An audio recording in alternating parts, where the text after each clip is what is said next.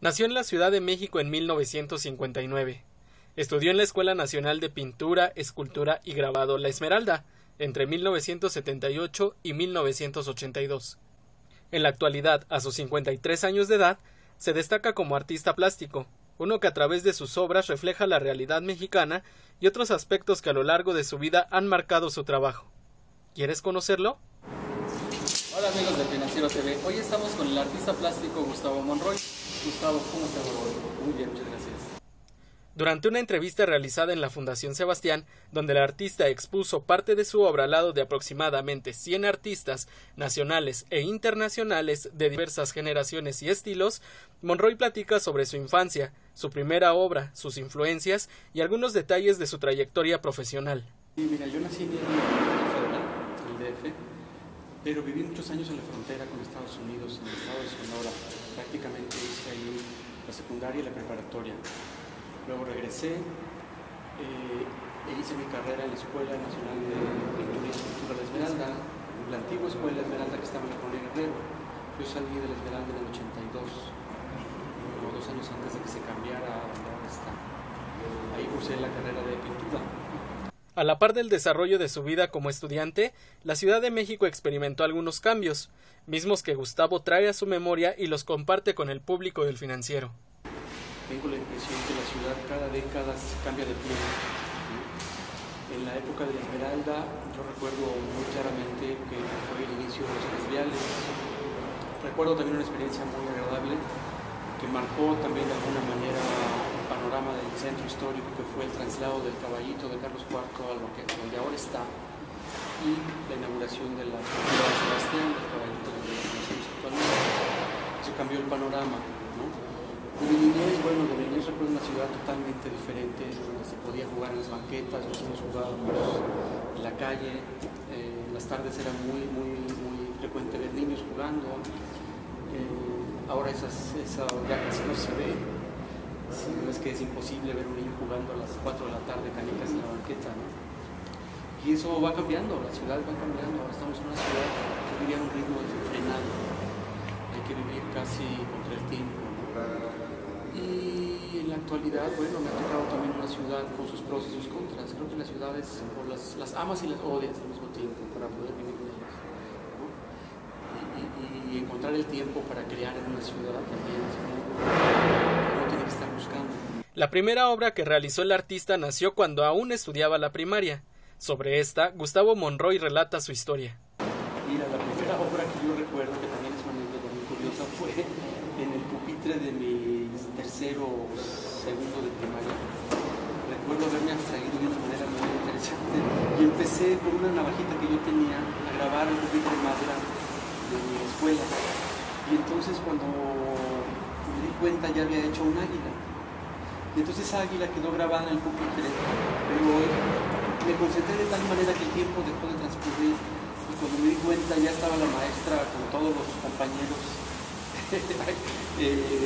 alrededor de esperando a que lo terminara para castigarme y hacérmelo limpiar con una lija al día siguiente y borrarlo y pintar el pupitre entero, ¿no? Porque en esa época a mí me tocó la época en que todavía se decía que la letra con sangre entra y la Secretaría de Educación Pública tiene un método muy interesante de represión escolar que consistía en levantar tu peso entero de las partidas.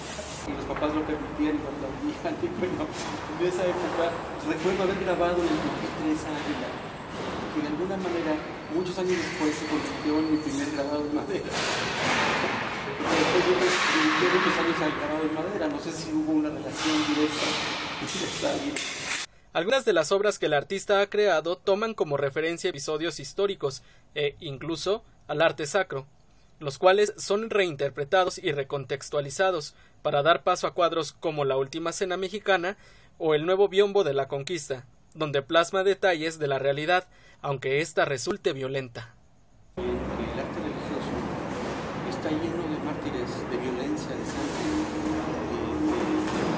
de tremendismo. En cualquier iglesia, de cualquier país, uno entra, se enfrenta a una imagen religiosa llena de dolor, de sufrimiento, de martirio. Y puede haber haber sangre en grandes cantidades. La crucifixión la representación como la conocemos a través del acto religioso de la crucifixión es un acto sangriento. Sale sangre del costado de Jesús, previo a un martirio, ¿no? Entonces, ese discurso que se da a través de todo el arte religioso, el martirio de los santos, lo que te comentaba de Santa Cecilia o Santa Águeda, nuestra realidad, el arte del barroco mexicano, el arte religioso mexicano, es un arte sangriento, pero también el arte prehispánico es un arte sangriento, oficios que hacían los antiguos pobladores de Mesoamérica, son actos sangrientos, y su representación a través de los códices como los conocemos son actos sangrientos. Entonces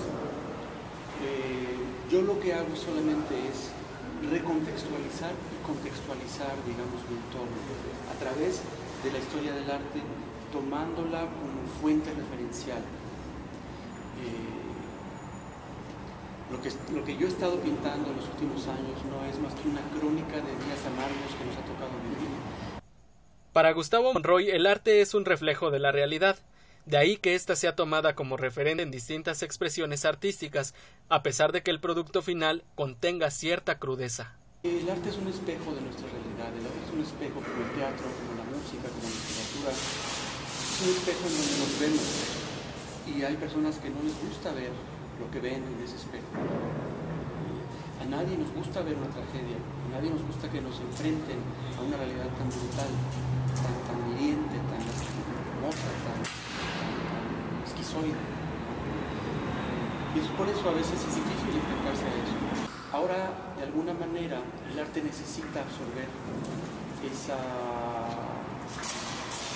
tendencia del arte que representa la violencia. Y las ferias de arte, lo vemos en las ferias reales aquí en México y en las exposiciones de todo el mundo, cómo la violencia se ha ido convirtiendo en moda. En la pasarela de Milán de hace algunos años, las mismas modelos o modelos nuevas, en esas pasarelas que dictan tendencia, las modelos salieron ensangrentadas.